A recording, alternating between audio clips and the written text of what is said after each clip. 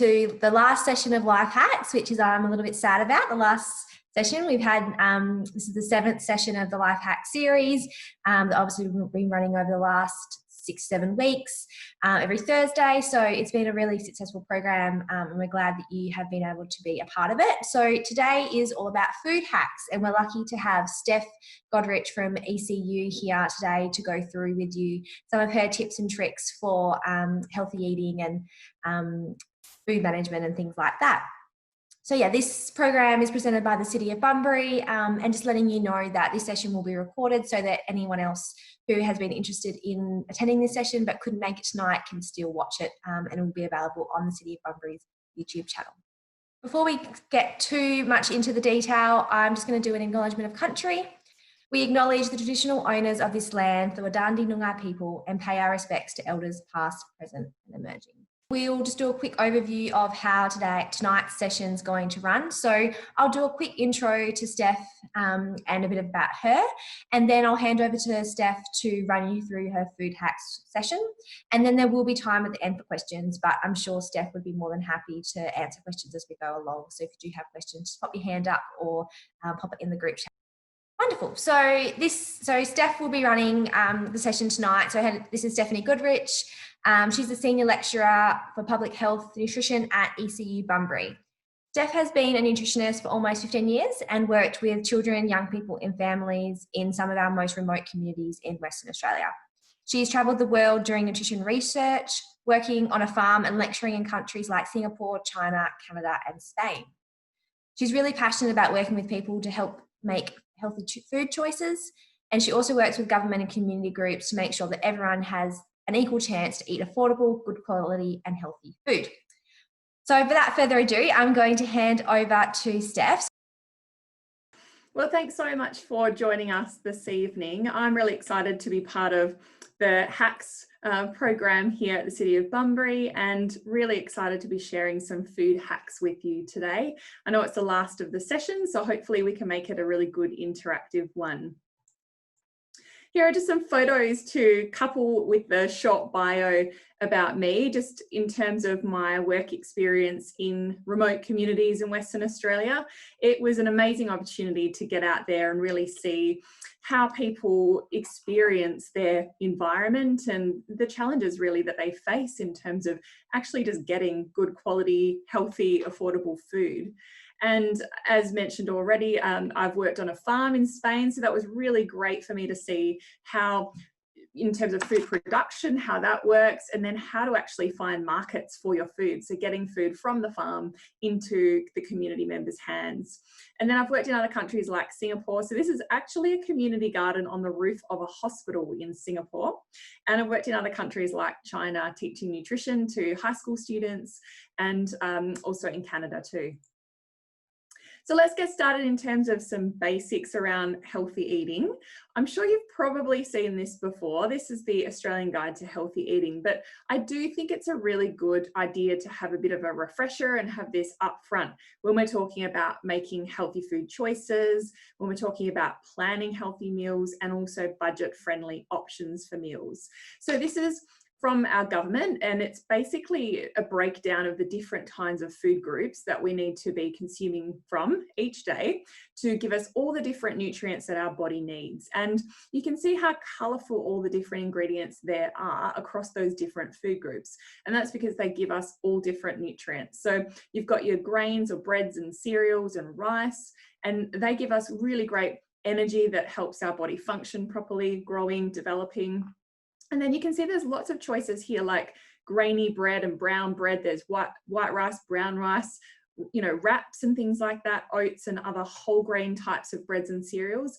And they're the ones that are really great for us, the whole grain or brown or those kind of seed varieties, which gives us longer lasting energy. Then we've got our veggies group. So you can see here, it's not just fresh that's included. It's things like frozen and canned veggies, which are still excellent choices for us. And again, there's lots of different colors here which represent all of the different nutrients that are going to help our body to thrive. Similarly with fruit here, there's canned and there's frozen and fresh fruit, all are great choices. when you're looking at canned fruit, it's a good idea to try to look for no added sugar varieties, obviously, because fruit is sweet enough as it is. Our dairy group has milk, yogurt, cheese, those kinds of things, which are really fantastic in terms of protein, keeping us fuller for longer and keeping our bones really strong. And then, of course, we've got our lean meats and meat alternatives section, because not everyone eats meat. And you can see lots of different things here, like red meat, white meat, fish, tofu, beans and legumes, which are also really excellent sources of protein. So again, really important for our muscles to keep us strong, in terms of iron as well, to keep our blood healthy. And then you can see a couple of things off the plate there. So these, obviously, lots of people love these kinds of foods, but really these are the only sometimes and in small amounts foods, or treat foods, or junk food, however you want to call it, because they are really high in fat, salt and sugar. So they don't actually give us the things that our body needs. We're not saying you can never have these kinds of foods, but certainly they don't give us the things that our body needs each day, like these kinds of foods. Similarly, you've got oils and fats here. Now, lots of people like to cook with these things, so it's just more about just controlling how much you're actually putting in your food. And then, of course, water as the drink of choice. So we've looked at those kinds of food groups. Now, how much do we actually need? What does that look like in practical terms? Well, I would definitely encourage you, if you haven't already seen this, these are some little brochures that are freely available from the links down here. And again, they're government resources for free that tells us what actually a serve of, say, vegetables and legumes is. And then for your age and your gender, how much you actually need of that each day for your optimal health. And so they've got the outline here too. So I definitely encourage you to have a look, but quite often you'll see for adults, your veggies and legumes, it's 5 or 6 serves. But a serve is actually quite small sometimes. You know, it might be half a cup of cooked veggies or a cup of salad. So if we're thinking about how we can spread those across the day, it's actually quite easy for us to get them in if we really think about our meals and think about value adding our meals and looking at it as an opportunity to get these kinds of foods in our diet. Again, there's some other things like your grains, your lean meats as well. I'm not going to go through the how many serves you need and what is a serve of each of these food groups, because I think it's probably easier and probably more interesting if you have a look in your own time and for your own relevant context in terms of your gender and your age. But importantly, you can see there's lots of really good visuals here to actually show you what a serve is. Now, you're probably a bit freaked out when you see that serve of meat. If you're going out, a lot of different places will give you, you know, half a plate full of meat or, you know, a really huge steak. We certainly don't need really large amounts of those kinds of foods. So there might be some interesting insights here for you. And of course, looking at your alternatives like eggs and tuna and also your beans. So you don't always have to have meat. You can replace it with non-meat foods too. Again, your dairy, here's some examples of serve sizes. So 2 slices or about 40 grams of cheese. And then you've got your milk or soy, you know, milk alternatives there as well. So just some quick tips to eat more fruits and veggies, because I know these are the kinds of food groups that a lot of people find it probably harder to fit in, or maybe they're less tasty than other things in terms of how people perceive them. But little tips are things like adding canned beans to pastas or soups, or think about different kinds of cuisines like Mexican, how you can have beans in your burritos and things like that to really bulk it up. It's cheaper, it adds a lot of fiber, it keeps us fuller for longer, and it's great protein. Different snacks like veggies and dips, so hummus dip and different veggie sticks as well are great. Fresh fruit and yogurt for dessert or just as a snack, or even morning, you can have a little sort of layered type of in a glass, for example, with some yogurt, some tinned fruit, or a little tiny bit of dried fruit and some rolled oats or something like that. Fruit as snacks. And then thinking about when you're actually serving up your meals, how we can make half the plate full of veggies. So whether that's a salad or it's some frozen veggies there or a stir fry or something, that's a really great thing to aim for to make sure we're getting enough. And then thinking about your leftover veggies. So we definitely like to encourage reducing food waste and throwing out less food in our homes. So if we can, trying to think about how we can recreate different meals into something else. So I always think, if I've got leftovers, what can I whip that up into? Could it be into a fried rice, or could it be paired with pasta or something like that? So just kind of reinventing it a little bit the next day. Thinking about planning meals, I know there's lots of information on this slide, so I'm not going to go through it all, but I'm just going to pull out some examples in terms of getting your planning happening and what you might like to have in your pantry or in your fridge, thinking about some real staples that can go far. I've already talked a little bit about lentils and beans and things like that, but they are fantastic because they're really cheap. They do keep us really full, and they can stretch to feed lots of different people. So thinking about curries as well, adding them to curries. Dal is a fantastic idea. They can also substitute half of the meat that you might have, and I've got a little recipe idea coming up a little bit later about how you can actually add value to say a burger and replacing half of it with your lentils or beans.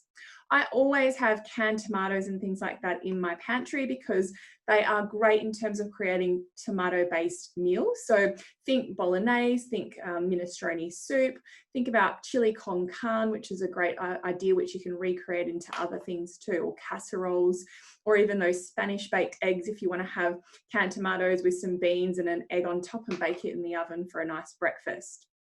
Of course, things like oats are really good as well because you can whip up some different biscuits or you know, something that's might be a little bit sweeter, so you can add some dried fruit or something and make a little oat biscuit, or just in lots of different recipe ideas as well. You can store them overnight with say you know, milk or some 100% juice or something like that to make you nice creamy oats in the morning. And then of course, canned fruit is always really helpful, isn't it? So you can stretch that through lots of different dessert ideas, or have that with yogurt in the morning or as a quick snack as well.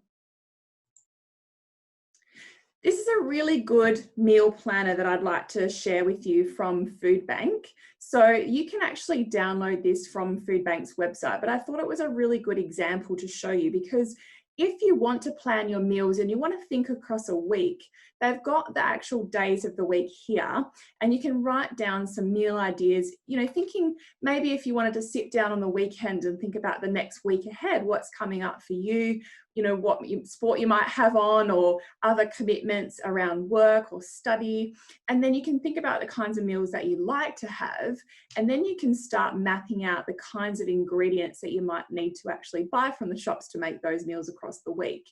And they've broken that down into different food groups. So that's another really handy way to double check that you're getting what you need to stay really healthy too. So I think they've just mapped that out quite nicely, and it's a really good thing that you can download, or you can get it into a fridge magnet too. I've just included further information from that little segment there in terms of meal planning, thinking about your basics, healthy eating that I mentioned in terms of the Australian Guide to Healthy Eating. So you've got some links to the Cancer Council WA and Live Lighter, also Food Bank there as well. And they've got a great suite of nutrition education sessions that are free for the community. Are there any questions so far as to what I've talked about to date? No worries. All right, well, let's move on to thinking about some budget-friendly food. So you've planned your meals or thought about some things that you could have in your pantry or your basics ready to go. Now, when we actually get to the shops, what can we think about doing in terms of making our money stretch a little bit further? So I've got a little interactive poll I'd like to test out with you. If you don't want to vocalize your answer, I think it's a fun way that we can interact online instead. So I'd like to invite you to respond to this Poll Everywhere poll. It's a question about, is it more expensive to eat healthy food? So to join in, what you need to do is go to pollev.com/StephanieGod432 and then respond to this poll here.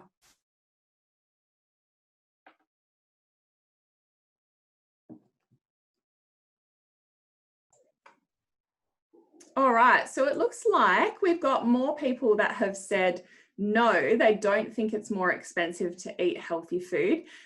Some people think that yes, it is. So that's really quite a common thing that people think. They think that it is more expensive to eat healthy food, but the great news is that it doesn't have to be. So it's about thinking about how we can be smarter with our money and stretch it further. So this is an example of what I mean by that. So, I mean, it might seem a little bit obvious to you, but if you think about these two trolleys, you can see that there is more food in that green trolley, which is full of really healthy things, as opposed to the red trolley, which has some less healthy options in there. But I'd like you to have a guess of how many kilos of food that you get for each of those trolleys. So you can either unmute yourself and call out, or type it in the chat box and let us know how many kilos you think you'll get of food for each of those trolleys. Well, if it's $100, and then you say if you everything averaged $10 a kilo, which everything wouldn't be, so it would probably be around 11-12 kilos for the green trolley. Okay, and then what do you think about the red one? Looks like there's bacon back there, so that's probably about 1 kilo. Probably 5 or 6. Okay, all right, so let me... All right, hold on, we've got a few in the comments. So Ellie said 7 or 8. Is that for the green trolley, Kylie, or the red trolley? The red. So she said 7 or 8 for the red. Ashley said 8 for the red, 15 for the green. You guys are pretty close. So it was 11 kilos for the red and 20 kilos for the green. Wow. Yep. Pretty good. Yeah. So you're actually you can get double or almost double the amount of food for the healthy stuff as you can for the junk food.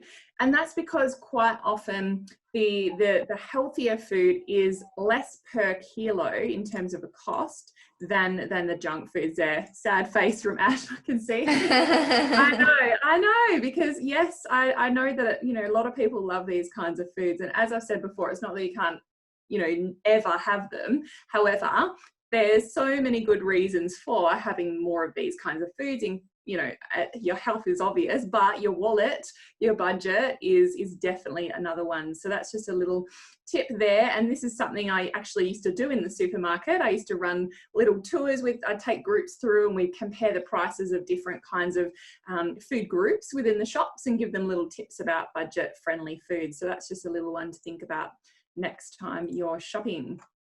And this is a really handy little resource from Live Lighter as well. And this is about shopping smart to eat smart. So you can see a trolley. If you ever use a trolley to go shopping, I know lots of people these days just get a basket and, you know, do more frequent shops. But if you are going shopping, you've got a trolley, thinking about that buy most section is that largest bit of your trolley there, to fill that up with all those things like veggies, fruits, you know, your beans and stuff as well.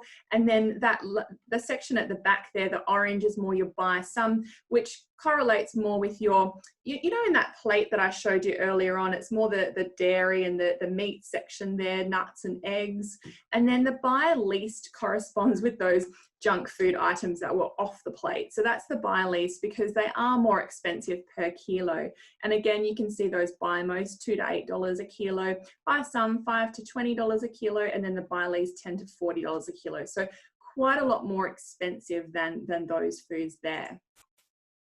So this plate also corresponds a bit with that other Australian Guide to Healthy Eating I showed you earlier. So yes, looking at that green section, so those food from plants are generally those cheaper ones. And then, as I was mentioning before, those meat and alternatives and those dairy alternatives correspond with those sections of the Australian Guide to Healthy Eating. And then remembering how those junk foods were sort of off the plate, that's where the eat least corresponds with that too.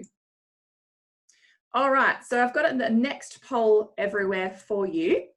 And this one is, canned or frozen fruits and vegetables are less nutritious than fresh. What do you think? Alrighty.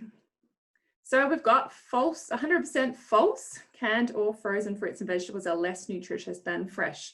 That is correct. And it was a really common myth when I was doing lots of work with groups around WA. Lots of people were always saying, oh no, canned and frozen aren't as good as fresh. They're less, nutritious, but it's certainly not the case. And especially frozen fruits and veggies, they're often frozen not that long after picking, so they still retain so much of their goodness there for you.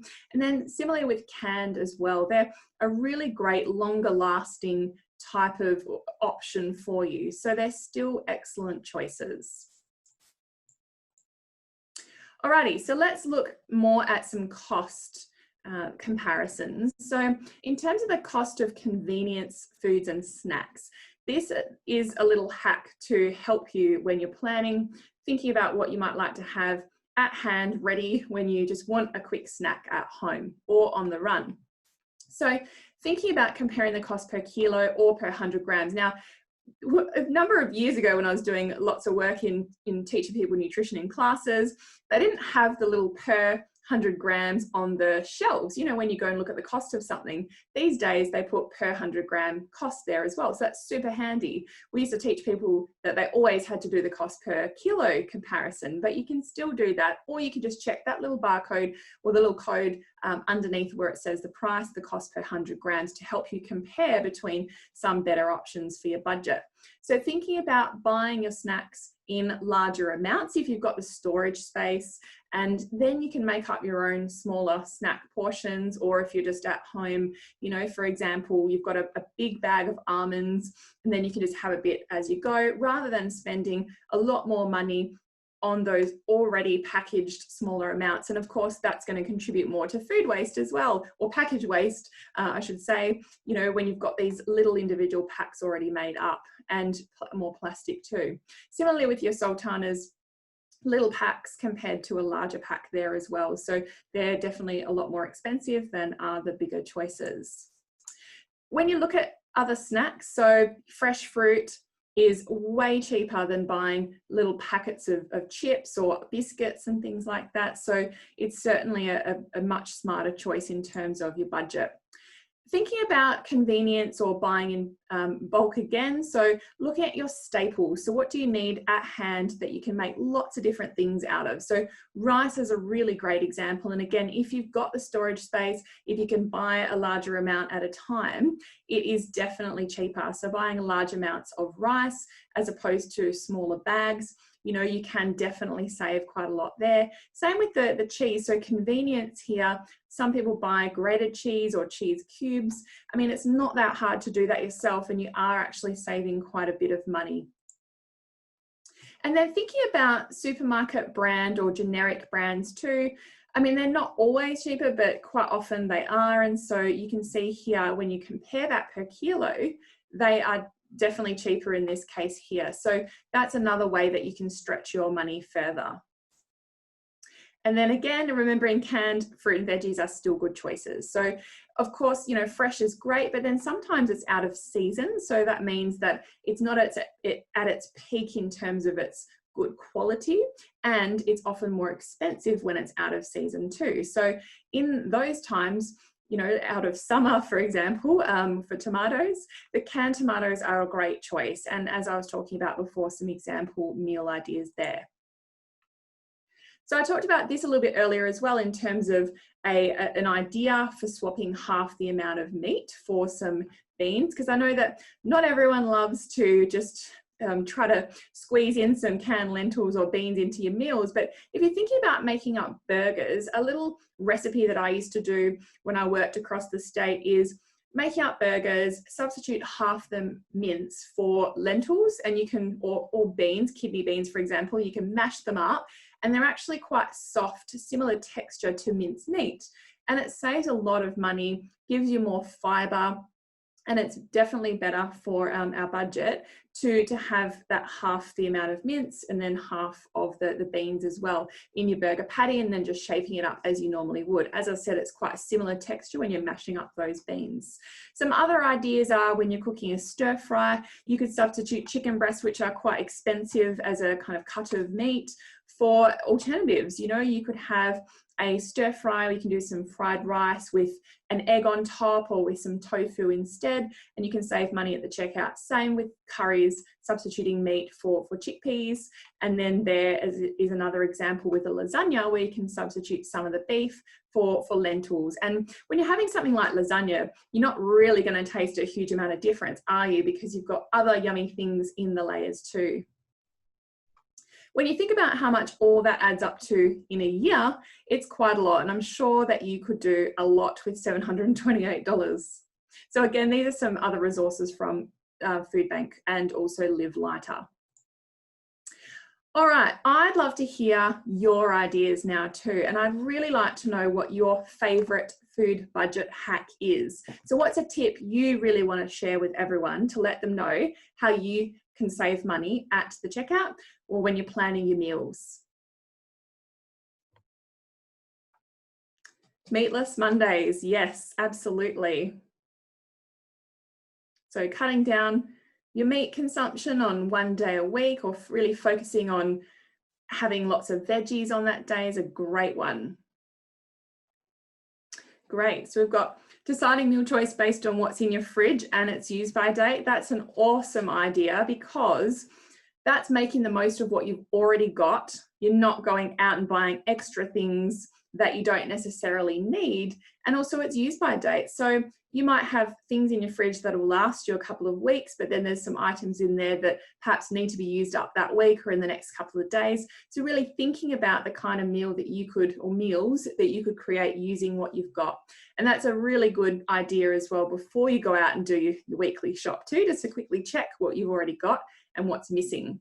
We've also got bulk cook and freeze. So that's a really great idea, because then you can think about maybe when you're less busy on a particular day, you can think about cooking up a really big lasagna or a bolognese or a curry or a soup or something, and then portioning them up into smaller containers, putting them in the freezer for nights or days that you really don't feel like cooking, or you're really busy and you just don't have the time. So that's an excellent one.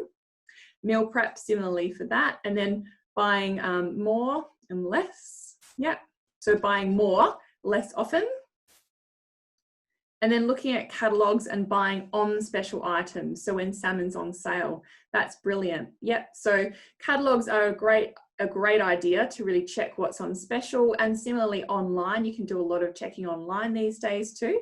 So that's a really, really good hack. And there's also some certain times of the day too that certain things are discounted, like your bread and meat and things like that. So you can always, if you're available, if you happen to be able to go shopping at those times or later in the day, you can check out what's on special there too. So some really, really good ideas from everyone there. All right. So some other thoughts there in terms of costs or cheaper type of meals that are still really delicious. You've got things like a Mexican chicken burger with sweet potato wedges. So you can really look at the charge or the cost being about $4 a serve. So that's still pretty good, isn't it, for a pretty packed burger? And then looking at some salmon too. Someone mentioned salmon before. So salmon sticks with a corn slaw salad and some potatoes. So again, you've got lots of yummy things in there that won't take that long to make. So 20 minutes, pretty quick meal, and it's about $7 a serve. And again, there's some more budget-friendly tips available at some different websites there. So there's lots of Live Lighter resources. There's a great one that's 18 meals with pantry staples. So they've got heaps of ideas for you just to check out online, and you can get some different free downloads and booklets there to help you do some planning and also thinking about budget-friendly meals. All right, let's move on to food safety. So I've got another poll everywhere for you. So the best way to defrost food is, do you think it's in the fridge, on the bench top, selecting the defrost setting on your microwave, or in a sink of hot water? I'd love to know what you think. All right, I'm going to park that one there, and you'll find out the answer when I talk about this in a couple of slides' time. All right, so, oops. Some top tips for prepping food safely, because I know people were quite interested in this. So looking at, of course, always washing your hands in hot soapy water before you're cooking. So making sure we're not bringing any germs or bacteria onto our food that we're going to eat. Washing our fruit and veggies before we eat them, because mostly they're in their own natural packaging, being their skin. And so if we're eating the skin of our fruits and veggies as well, which we nutritionists like myself always recommend because you get more fiber in them, but we definitely do need to wash those before we use them. And of course, other basics like separating your raw meat and other foods onto different chopping boards, or washing your chopping board really thoroughly in between. So we don't want to be chopping up, say, raw chicken and then putting that in the pan and then chopping our veggies up in the same spot, but we've just chopped our chicken up. Sounds pretty obvious, but I know lots of people do tend to do that. Quick question, Steph, on that. So with that, should you have separate chopping boards, like one for meat and one for veggies, or it's okay just to wash them? It is okay to wash them, you know, with warm soapy water in between use, but some people do find that it is easier to have different ones. And I'm not sure if you've seen, but in a lot of supermarkets or other department stores, they've got a little pack of coloured chopping boards or mats there as well. And sometimes people find those really handy just to color code in terms of thinking, all right, the red board is always for my meat or the green board's always for my veggies. So you can do that if you want, or yes, you can just wash it thoroughly in between use. And then after cooking, so allow your hot food to cool. So once your food stopped steaming, so it's not still steaming, you can cover and refrigerate within 1 to 2 hours of your cooking. If your food's left out of the fridge for more than 2 hours, you need to throw it away in terms of a food safety perspective. And you can keep leftover foods in your fridge for 2 to 3 days. But if you don't eat it within that time period, either freeze it for another time, or you need to think about throwing that away. Now, storing food safely. So we do definitely recommend meat and fishes at the bottom of the fridge and wrapped properly, because we don't want it sitting at the top of the fridge and then potentially dripping over your other things that are in your fridge. And then thinking about what we call the temperature danger zone. So keeping your food either below 5 degrees, so in your fridge, nice and cool, or above 60 degrees if you're cooking it or reheating it, so it's steaming. And that's avoiding having it in that danger zone, which is between 5 and 60 degrees, which is where bacteria really thrives. So just getting back to that question we talked about earlier in terms of how best to defrost your food. So defrosting frozen food in the fridge is a good idea, or you can put it in your microwave on the defrost setting, but it's less safe to do so out on the bench or in water. I know lots of people tend to do that for a quick way of defrosting, but in terms of a food safety perspective, they're the best ways to do it. And you've already seen before in terms of if you've got food that's left out over a number of hours, and it's not a great idea to eat that. And of course, it's a given, try not to eat food past its use by date. If they have a best before date, that's more about the quality of the food and it's less of an issue, but use by date is really when the manufacturer recommends that you shouldn't consume it after then.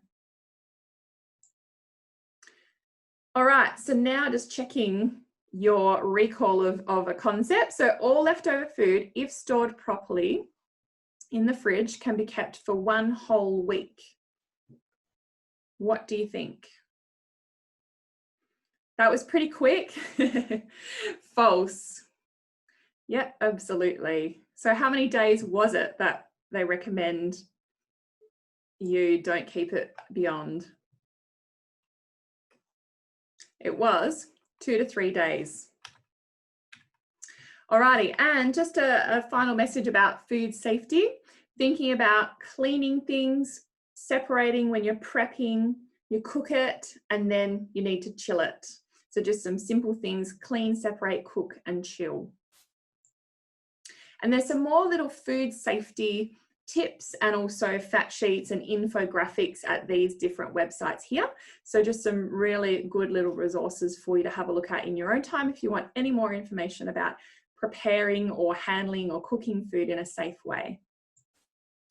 All right.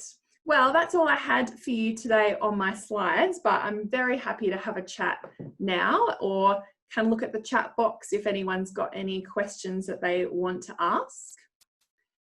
Or you can contribute to this poll everywhere as well if you would like to, rather than popping them in the chat box or asking them away, but definitely happy to answer any questions that you have.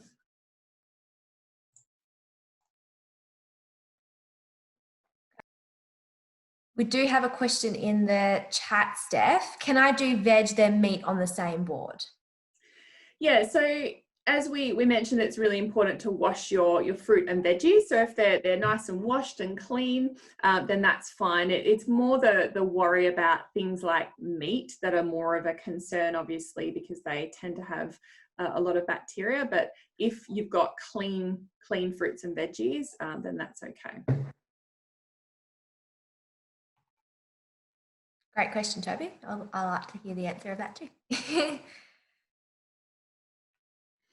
All right, so we've got a question. So if meat touches a vegetable, do you have to wash it or clean it straight away?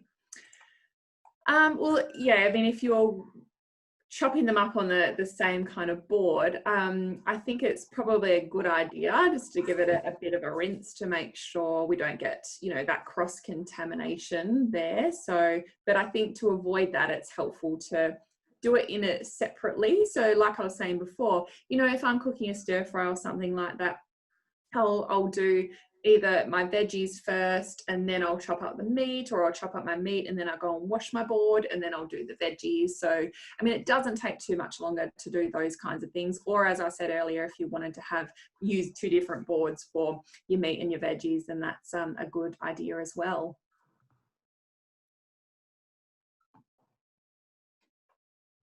Yeah, so when you do the burgers with lentils, do you mash the lentils straight out of the can and then add to the mince? Great question. So what we used to do in our classes was, how if you get red kidney beans, that's probably the great ones to use, I think, or your lentils. I would suggest draining them and then rinsing them, because you know how sometimes they kind of got a little bit of, it's almost like a gel-like consistency to them. I rinse them off, and then what I do, like after I've drained them, and then I put them in a little bowl and just mash them with a fork, and then you can mix it in with your mince like that. And that was super because it made it really similar texture. And then the lentils and the beans, because they've already been cooked in the can, they're really soft already, so you don't need to do any extra cooking of those beans. So that's why they're also a really good idea, because they're so convenient. Great. Thanks, Steph. We have had a few questions come through, which is awesome. So we might just leave it there. And then if we do have anyone, you can quickly pop in the chat now.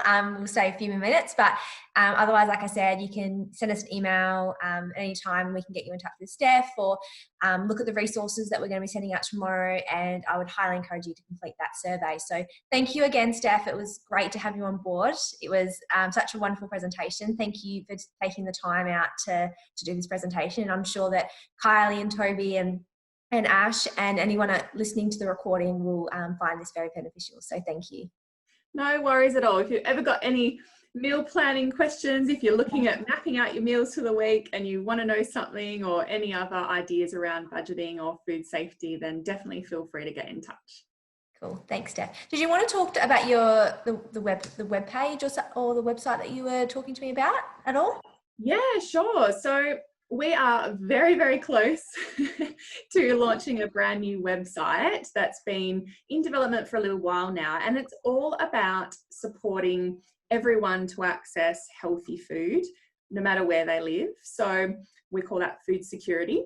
So this website the name of it is Food Community, and it's a website for WA. So it's specifically for rural and remote WA. And we've got lots of cool sections on there, like case studies of great projects that are happening across the state, and also different projects. So if people wanted to get involved with, say, cooking and nutrition programs or any other programs like that, know where farmers markets are or other things, then they can jump on, and there's a map with different pin drops on there too. So, and there's lots of fact sheets and infographics about information relating to healthy, affordable foods. So that's launching hopefully next week.